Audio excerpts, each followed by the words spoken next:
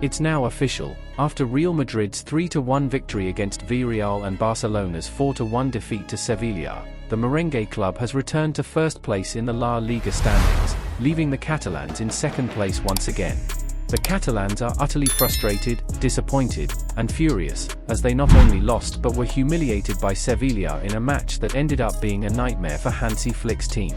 The defeat ended Barcelona's unbeaten run in disastrous fashion. The Catalan side suffered a thrashing that few expected, and it came at a difficult time, with almost half of its squad injured. Key players in defense, midfield, and attack were unable to play, leaving the coach with very few options on the bench. However, fans and analysts agree that, while the absences played a role, they do not justify the poor collective performance seen at the Sánchez-Pizjuán. Barcelona started the match with good intentions, trying to impose their style of possession and high pressing, but they were quickly overwhelmed by Sevilla's intensity. The Andalusian team capitalized on every defensive error and severely punished the Barça defense's lapses. From the first goal, Flick's team showed signs of disorganization and nervousness, and Sevilla didn't let them down. By the end of the first half, the scoreboard was already clearly ahead, and a comeback seemed almost impossible. With this defeat, Real Madrid not only regains the lead in the championship, but also increases the pressure on their arch-rivals. The title race is once again tilted in favor of Real Madrid, while Barcelona's chances of staying in the fight are diminished.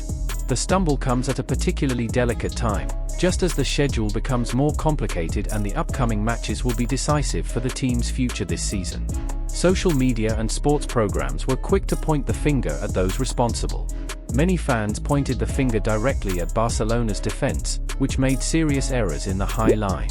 Others point to the midfield, which is unable to control the pace of the match or sustain the opponent's pressure.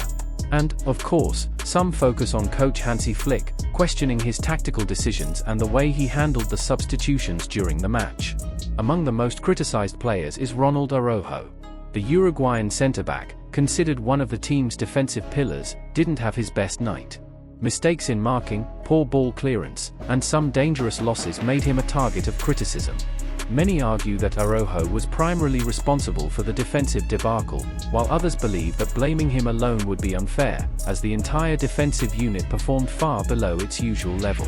Some defend Araujo, arguing that the player is physically overstretched and has had to take on too much responsibility in the absence of other starters.